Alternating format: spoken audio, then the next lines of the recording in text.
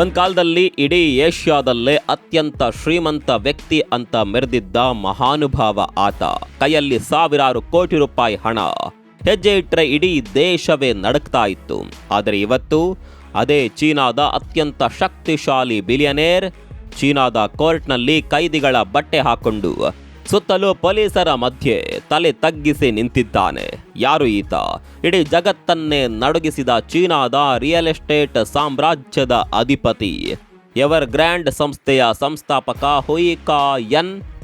ಕೇವಲ ಒಬ್ಬ ಬಿಲಿಯನೇರ್ನ ಅತಿಯಾದ ಆಸೆ, ಭ್ರಷ್ಟಾಚಾರ ಇಡೀ ದೇಶದ ರಿಯಲ್ ಎಸ್ಟೇಟ್ ಕ್ಷೇತ್ರವನ್ನೇ ಹೆಣ ಮಾಡಿಬಿಟ್ಟಿದೆ ಅಂದರೆ ನೀವು ನಂಬಲೇಬೇಕು. ತನ್ನ ರಿಯಲ್ ಎಸ್ಟೇಟ್ ವ್ಯವಹಾರದಿಂದಲೇ ದೊಡ್ಡ ಸೂಪರ್ ಪವರ್ ಆಗಲು ಹೊರಟಿದ್ದ ಡ್ರ್ಯಾಗನ್ ದೇಶಕ್ಕೆ ಇವತ್ತು ತನ್ನದೇ ಆಸೆ ಎಂಬ ಜೇಡರ ಬಲೆಯಲ್ಲಿ ಸಿಕ್ಕಿಬಿದ್ದು ಒದ್ದಾಡುವ ಪರಿಸ್ಥಿತಿ ಬಂದಿದೆ. ಸ್ನೇಹಿತರೆ, ಈ ಕತೆ ಕೇವಲ ಒಬ್ಬ ಬಿಲಿಯನೇರ್ ಜೈಲಿಗೆ ಹೋದ ಕಥೆಯಲ್ಲ. ಇದು ಇಡೀ ಚೀನಾ ದೇಶದ ಆರ್ಥಿಕತೆಯನ್ನ ನಡುಗಿಸಿದ ಮಹಾ ದುರಂತದ ಕತೆ. ಸ್ನೇಹಿತರೆ, ಇವತ್ತಿನ ಈ ವಿಡಿಯೋದಲ್ಲಿ ನಾವು ಚೀನಾದ ರಿಯಲ್ ಎಸ್ಟೇಟ್ ದೈತ್ಯ ಎವರ್ ಗ್ರ್ಯಾಂಡ್ ಹೇಗೆ ಹುಟ್ಟಿತು, ಹೇಗೆ ಅದು ಜಗತ್ತಿನ ಅತಿದೊಡ್ಡ ರಿಯಲ್ ಎಸ್ಟೇಟ್ ಸಾಮ್ರಾಜ್ಯವಾಯಿತು ಮತ್ತು ಕೊನೆಯಲ್ಲಿ ಕೇವಲ ಕಾಗದದ ದೋಣಿಯಂತೆ ಹೇಗೆ ಮುಳುಗಿ ಹೋಯಿತು ಅನ್ನೋದನ್ನು ವಿವರವಾಗಿ ತಿಳಿಸ್ತಾ ಹೋಗ್ತೀವಿ. ಸ್ನೇಹಿತರೆ ನಮಸ್ಕಾರ, ಚರಿತ್ರೆಯ ಮತ್ತೊಂದು ವಿಡಿಯೋಗೆ ನಿಮಗೆಲ್ಲ ಪ್ರೀತಿಯ ಸ್ವಾಗತ.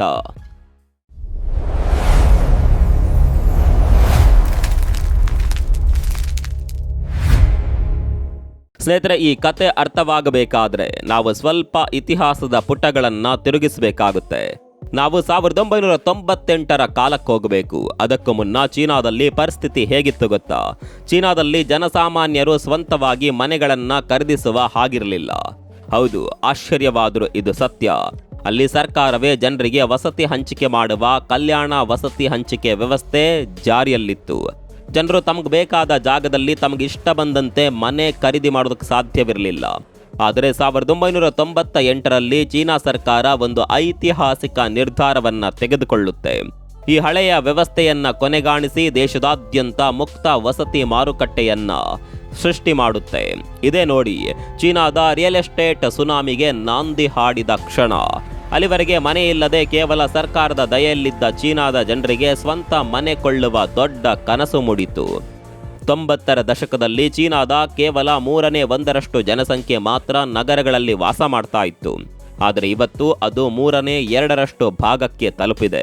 ಅಂದರೆ ಚೀನಾದ ನಗರ ಜನಸಂಖ್ಯೆ ಬರೋಬ್ಬರಿ 480 ಮಿಲಿಯನ್ನಷ್ಟು ಹೆಚ್ಚಾಯಿತು. ಇಷ್ಟು ದೊಡ್ಡ ಪ್ರಮಾಣದಲ್ಲಿ ಜನ ನಗರಗಳಿಗೆ ವಲಸೆ ಬಂದಾಗ ಏನಾಗಬೇಕು? ಎಲ್ಲರಿಗೂ ಮನೆಗಳು ಬೇಕಲ್ವೇ? ಚೀನಾದಲ್ಲಿ ವೇಗವಾಗಿ ಬೆಳೆಯುತ್ತಿದ್ದ ಮಧ್ಯಮ ವರ್ಗದ ಜನರಿಗೆ ರಿಯಲ್ ಎಸ್ಟೇಟ್ ಅಥವಾ ಸ್ವಂತ ಆಸ್ತಿಯನ್ನ ಹೊಂದುವುದು ಅತ್ಯಂತ ಸುರಕ್ಷಿತ ಮತ್ತು ಅತ್ಯುತ್ತಮ ಹೂಡಿಕೆ ಅಂತ ಅನಿಸತೊಡಗಿತು. ಜನರ ಬಳಿ ಹಣವಿತ್ತು, ಅವರಿಗೆ ಮನೆ ಬೇಕಿತ್ತು. ಇತ್ತ ಚೀನಾದ ಸ್ಥಳೀಯ ಸರ್ಕಾರಗಳಿಗೂ ಒಂದು ಭರ್ಜರಿ ಆಲೋಚನೆ ಬಂತು. ಅವರ ಬಳಿ ಇದ್ದ ಸಾರ್ವಜನಿಕ ಭೂಮಿಯನ್ನ ಡೆವಲಪರ್ಗಳಿಗೆ ಮಾರಿ ಭಾರಿ ಪ್ರಮಾಣದ ಹಣವನ್ನ ಗಳಿಸೋದಕ್ಕೆ ಶುರು ಮಾಡಿದ್ರು. ಸ್ಥಳೀಯ ಸರ್ಕಾರಗಳು ಈ ಬಿಲ್ಡರ್ಗಳನ್ನ ಮತ್ತು ಡೆವಲಪರ್ಗಳನ್ನ ಪ್ರೋತ್ಸಾಹಿಸಲು ಶುರು ಮಾಡಿದವು. ಇಲ್ಲಿಂದ ಶುರುವಾಯಿತು ನೋಡಿ ದುರಾಸೆಯ ಮಹಾ ಆಟ. ಈ ಪರಿಸ್ಥಿತಿಯ ಸಂಪೂರ್ಣ ಲಾಭ ಪಡೆಯಲು ರಂಗಕ್ಕೆ ಇಳಿದವನೇ ಹುಯಿ ಕಾ ಯನ್. ಆತ ಹುಟ್ಟುಹಾಕಿದ ಕಂಪನಿಯೇ ಎವರ್ ಗ್ರ್ಯಾಂಡ್. ಎವರ್ ಗ್ರ್ಯಾಂಡ್ ಕೇವಲ ಒಂದು ಕಂಪನಿಯಾಗಿ ಉಳಿಲಿಲ್ಲ, ಚೀನಾದ ರಿಯಲ್ ಎಸ್ಟೇಟ್ ಕ್ಷೇತ್ರದ ಅಧಿಪತಿಯಾಗಿ ಬೆಳೆಯಿತು. ತನ್ನ ಉತ್ತುಂಗದ ಕಾಲದಲ್ಲಿ ಎವರ್ ಗ್ರ್ಯಾಂಡ್ ಕಂಪನಿಯ ಒಟ್ಟು ಮೌಲ್ಯ ಬರೋಬ್ಬರಿ $50 ಬಿಲಿಯನ್ ಹೆಚ್ಚಾಯಿತು. $50 ಬಿಲಿಯನ್ ಅಂದರೆ ಇವತ್ತಿನ ಲೆಕ್ಕದಲ್ಲಿ ಲಕ್ಷಾಂತರ ಕೋಟಿ ರೂಪಾಯಿಗಳು. ಆದರೆ ಸ್ನೇಹಿತರೆ, ಈ ಹೊಳೆಯುವ ಸಾಮ್ರಾಜ್ಯದ ಹಿಂದೆ ಒಂದು ಕರಾಳ ಸತ್ಯ ಅಡಗಿತ್ತು. ಎವರ್ ಗ್ರ್ಯಾಂಡ್ ಜಗತ್ತಿನ ಅತಿ ದೊಡ್ಡ ರಿಯಲ್ ಎಸ್ಟೇಟ್ ಕಂಪನಿ ಮಾತ್ರ ಆಗಿರಲಿಲ್ಲ, ಬದಲಿಗೆ ಇಡೀ ಜಗತ್ತಿನಲ್ಲೇ ಅತ್ಯಂತ ಹೆಚ್ಚು ಸಾಲ ಹೊಂದಿರುವ ರಿಯಲ್ ಎಸ್ಟೇಟ್ ಕಂಪನಿಯೂ ಆಗಿತ್ತು. ಹೌದು, ಈ ಕಂಪನಿಯ ಮೇಲಿದ್ದ ಒಟ್ಟು ಹೊಣೆಗಾರಿಕೆ ಅಥವಾ ಸಾಲದ ಮೊತ್ತ ಎಷ್ಟು ಗೊತ್ತಾ? ಬರೋಬ್ಬರಿ $300 ಬಿಲಿಯನ್ ಹೆಚ್ಚು. ಯೋಚನೆ ಮಾಡಿ, ಇಷ್ಟೊಂದು ದೊಡ್ಡ ಪ್ರಮಾಣದ ಸಾಲವನ್ನ ತೀರಿಸಲು ಹೇಗೆ ಸಾಧ್ಯ? ಚೀನಾದ ಬ್ಯಾಂಕ್ಗಳು ಮತ್ತು ಹಣಕಾಸು ಸಂಸ್ಥೆಗಳು ಕಣ್ಣು ಮುಚ್ಚಿಕೊಂಡು ಈತನಿಗೆ ಸಾಲ ನೀಡುತ್ತಲೇ ಇದ್ದವು. ಯಾಕಂದರೆ ರಿಯಲ್ ಎಸ್ಟೇಟ್ ಬೆಲೆ ದಿನದಿಂದ ದಿನಕ್ಕೆ ಗಗನಕ್ಕೇರ್ತಾ ಇತ್ತು. ಆದರೆ ಹುಯಿ ಕಾ ಯನ್ ಮಾಡಿದ್ದೇನು ಗೊತ್ತಾ? ಜನರಿಂದ ಮನೆಗಳಿಗಾಗಿ ಮುಂಗಡವಾಗಿ $ಮಿಲಿಯನ್ ಗಟ್ಟಲೆ ಹಣವನ್ನ ವಸೂಲಿ ಮಾಡ್ತಾ ಇದ್ದ. ಆದರೆ ಆ ಮನೆಗಳನ್ನ ಕಟ್ಟಲು ಆ ಹಣವನ್ನ ಬಳಸ್ತಾ ಇರಲಿಲ್ಲ. ಬದಲಿಗೆ ಆ ಹಣವನ್ನ ಬಳಸಿಕೊಂಡು ಹೊಸ ರಿಯಲ್ ಎಸ್ಟೇಟ್ ಪ್ರಾಜೆಕ್ಟ್ಗಳನ್ನ ಘೋಷಣೆ ಮಾಡ್ತಾ ಇದ್ದ. ಇದನ್ನ ನಾವು ಒಂದು ಆರ್ಥಿಕ ಜೂಜು ಅಂತ ಕರೀಬಹುದು. ಹಳೆಯ ಗ್ರಾಹಕರ ಹಣದಿಂದ ಹೊಸ ಯೋಜನೆಗಳನ್ನ ಕೊಳ್ಳೋದು, ಅಲ್ಲಿಂದ ಮತ್ತೆ ಹಣ ವಸೂಲಿ ಮಾಡೋದು, ಹೀಗೆ ಸುಳ್ಳಿನ ಕೋಟೆಯನ್ನ ಕಟ್ಟುತ್ತಾ ಹೋದ. ಬರೋಬ್ಬರಿ 2 ಲಕ್ಷ ವಸತಿ ಘಟಕಗಳನ್ನ ಕೊಳ್ಳಲು ಸಾಮಾನ್ಯ ಜನರಿಂದ ಈ ಕಂಪನಿ ಭಾರಿ ಹಣವನ್ನ ಪಡೆದುಕೊಂಡಿತ್ತು. ಪಾಪ ತಮಗೊಂದು ಸ್ವಂತ ಮನೆ ಸಿಗುತ್ತೆ ಅಂತ ಜೀವಮಾನದ ಗಳಿಕೆಯನ್ನೆಲ್ಲ ಸುರಿದಿದ್ದ ಚೀನಾದ ಲಕ್ಷಾಂತರ ಕುಟುಂಬಗಳು ಇವತ್ತಿಗೂ ಕಣ್ಣೀರಲ್ಲಿ ಕೈ ತೊಳೆಯುತ್ತಿವೆ. ಯಾಕಂದ್ರೆ ಆ 2 ಲಕ್ಷ ಮನೆಗಳನ್ನ ಎವರ್ ಗ್ರ್ಯಾಂಡ್ ಕಟ್ಲೇ ಇಲ್ಲ. ಆ ಮನೆಗಳು ಕೇವಲ ಕಾಗದದ ಮೇಲೆ ಮಾತ್ರ ಉಳಿದವು. ಆ ಜಾಗದಲ್ಲಿ ಕೇವಲ ಅರ್ಧಕ್ಕೆ ನಿಂತ ಇಟ್ಟಿಗೆಯ ಗೋಡೆಗಳು ಮತ್ತು ಕಬ್ಬಿಣದ ಸರಳುಗಳು ಮಾತ್ರ ಕಾಣಿಸುತ್ತಿವೆ. ಇದೇ ಹಣದಿಂದ ಹುಯಿಕಾ ಎನ್ ಮತ್ತು ಆತನ ಕುಟುಂಬ ವೈಭೋಗದ ಜೀವನ ನಡೆಸ್ತಾ ಇತ್ತು. ಆದರೆ ಆ ಸುಳ್ಳಿನ ಸಾಮ್ರಾಜ್ಯದ ಆಯುಷ್ಯ ಬಹಳ ದಿನ ಇರಲಿಲ್ಲ. 2021ರಲ್ಲಿ ಇಡೀ ಚೀನಾ ನಡುಗುವ ಆ ದಿನ ಬಂದೇ ಬಿಟ್ಟಿತು. ಎವರ್ ಗ್ರ್ಯಾಂಡ್ ಕಂಪನಿ ತನ್ನ ಭಾರಿ ಪ್ರಮಾಣದ ಸಾಲದ ಕಂತುಗಳನ್ನ ಮತ್ತು ಬಡ್ಡಿಯನ್ನ ಕಟ್ಟಲು ಸಾಧ್ಯವಿಲ್ಲ ಅಂತ ಘೋಷಣೆ ಮಾಡ್ತು. ಅಂದ್ರೆ ಅದು ಡಿಫಾಲ್ಟ್ ಆಯಿತು. ಯಾವಾಗ ಈ ಸುದ್ದಿ ಹೊರಗೆ ಬಂತು, ಇಡೀ ಚೀನಾದ ಷೇರು ಮಾರುಕಟ್ಟೆಯಲ್ಲಿ ಸಂಚಲನ ಸೃಷ್ಟಿಯಾಯಿತು. ಹೂಡಿಕೆದಾರರ ಎದೆಯಲ್ಲಿ ನಡುಕ ಶುರುವಾಯಿತು. ಮತ್ತು ಕೊನೆಗೆ 2025ರ ಆಗಸ್ಟ್ನಲ್ಲಿ ಎವರ್ ಗ್ರ್ಯಾಂಡ್ ಕಂಪನಿಯನ್ನ ಹಾಂಗ್ಕಾಂಗ್ ಷೇರು ಮಾರುಕಟ್ಟೆಯಿಂದಲೇ ಡಿಲಿಸ್ಟ್ ಮಾಡಲಾಯಿತು.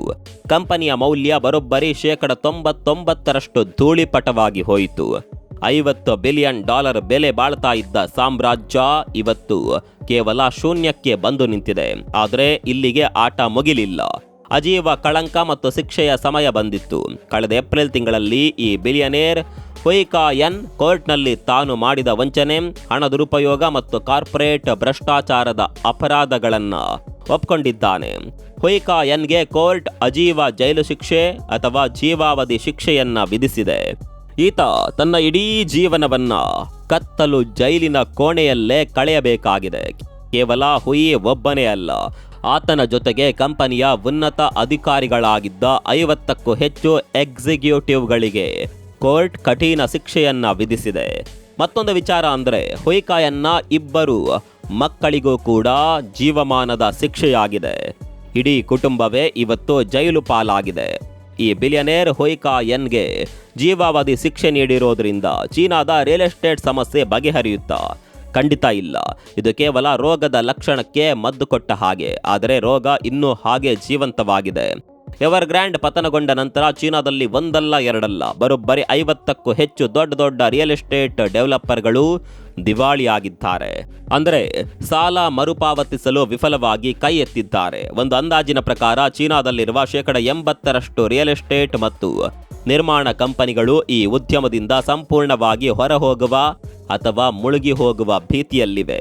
ಈಗಾಗಲೇ ಚೀನಾದ ಜುಲೈ ತಿಂಗಳ ಆರ್ಥಿಕ ಅಂಕಿಅಂಶಗಳು ಹೊರಬಿದ್ದಿದ್ದು ರಿಯಲ್ ಎಸ್ಟೇಟ್ ಮೇಲಿನ ಹೂಡಿಕೆ ಬರೋಬ್ಬರಿ 19% ಕುಸಿದಿದೆ.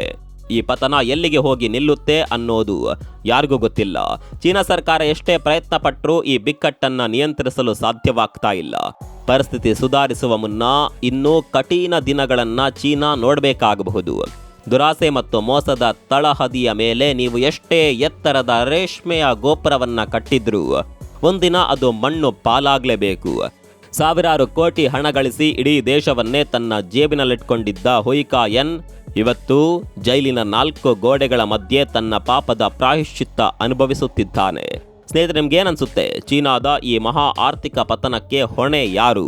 ಹುಯಿಕಾ ಎನ್ನ ದುರಾಸೆಯೋ ಅಥವಾ ಚೀನಾ ಸರ್ಕಾರದ ತಪ್ಪು ನಿರ್ಧಾರಗಳು? ನಿಮ್ಮ ಅನಿಸಿಕೆಯನ್ನ ಕಾಮೆಂಟ್ ಬಾಕ್ಸ್ನಲ್ಲಿ ಬರೀರಿ. ಮತ್ತೊಂದು ವಿಡಿಯೋದಲ್ಲಿ ಸಿಗೋಣ. ಅಲ್ಲಿವರೆಗೂ ನಮಸ್ಕಾರ.